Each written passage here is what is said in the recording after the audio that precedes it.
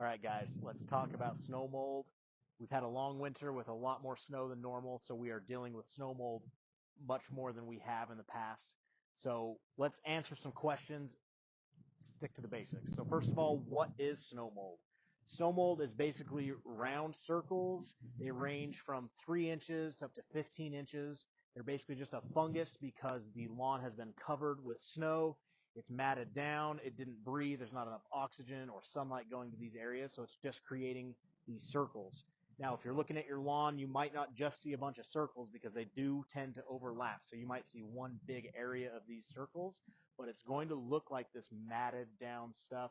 You'll see it. We'll show you some in-depth pictures, and you can definitely treat this. You can take care of this. It's not the end of the world, but there are a couple of things you want to do to get ahead of this. So if you do look out at your yard and you see these spots, there are a couple of things to do. Some are easier than others. First thing I would do immediately, if you already haven't, or if the sun or rain hasn't done this, if you have any areas, especially in the shade, where you have piles of snow, if it's not too difficult, just go out there with a shovel, just throw them out into the areas with sunlight or just off of the grass in general. First step is to get this grass to dry up.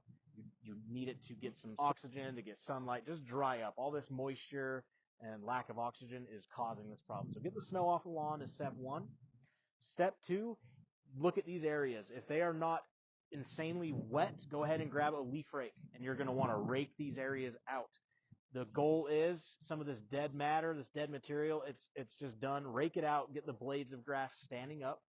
That way you're getting more air into the soil. You're letting it dry out much faster. If you do have areas that are really wet and you can just feel how wet they are, go ahead and rake them out, but just be a little bit more careful because you don't want to be tearing a whole bunch of stuff out. So just maybe do a light raking on those areas. Come back a few days later if they're more dried out, then you can get a little bit more aggressive with the raking.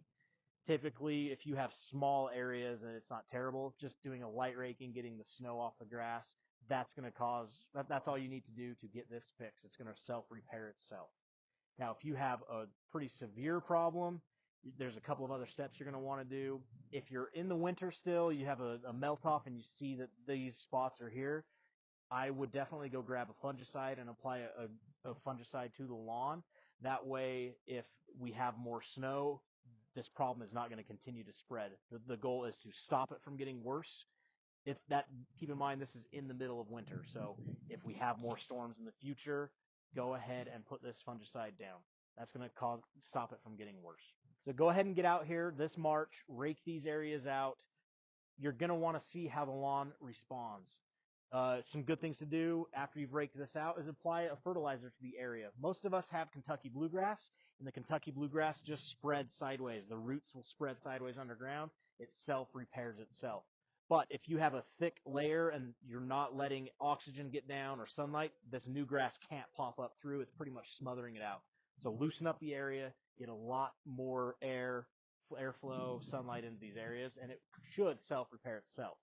Now, if we get into April, mid-April, and you still aren't seeing recovery, you're not happy with these spots, the next step could be to rake these areas out down to about pretty much bare dirt, and then you're going to want to spot seed these areas. There's no point in seeding yet in March. The soil is too cold. You're not going to get any seeds growing until at least April. So hold off on the seeding. Get this stuff raked out. If we do have more snow in the forecast, then get the fungicide down so that it stops it from getting worse. So the next step is, how can you prevent this next season? So there's several things you're going to want to do. Once we get into the fall season, once we get into October, November, the last several weeks of lawn mowing, you're going to want to each week drop the notch down so you're lowering the mower deck and cutting at a shorter height of cut. Don't do this all at once. Just each week as you're mowing, drop it down one notch. Make sure you're bagging the grass clippings so you're not smothering out the lawn as you're cutting quite a bit of grass off. But each week, lower that mower deck down. The shorter the grass is, the less it's going to lay over and smother out the grass. This really helps for you to have less snow mold spots. After you've done the mowing, you've brought the lawn nice and short. One thing that you can definitely do, which I do at my house, is apply a fungicide. You're going to want to do this right before your first big snowstorm. There's a key ingredient, PCNB. You want to make sure that the fungicide you use has PCNB. This will stop the spread. It will really help.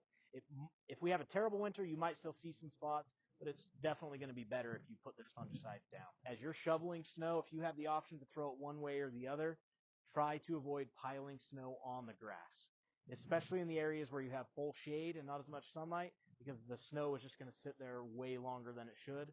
If you don't have the option and you're just throwing it on the grass, just throw it in an area where you're going to get more sunlight. So let's go over snow mold. Let's kind of recap all of this.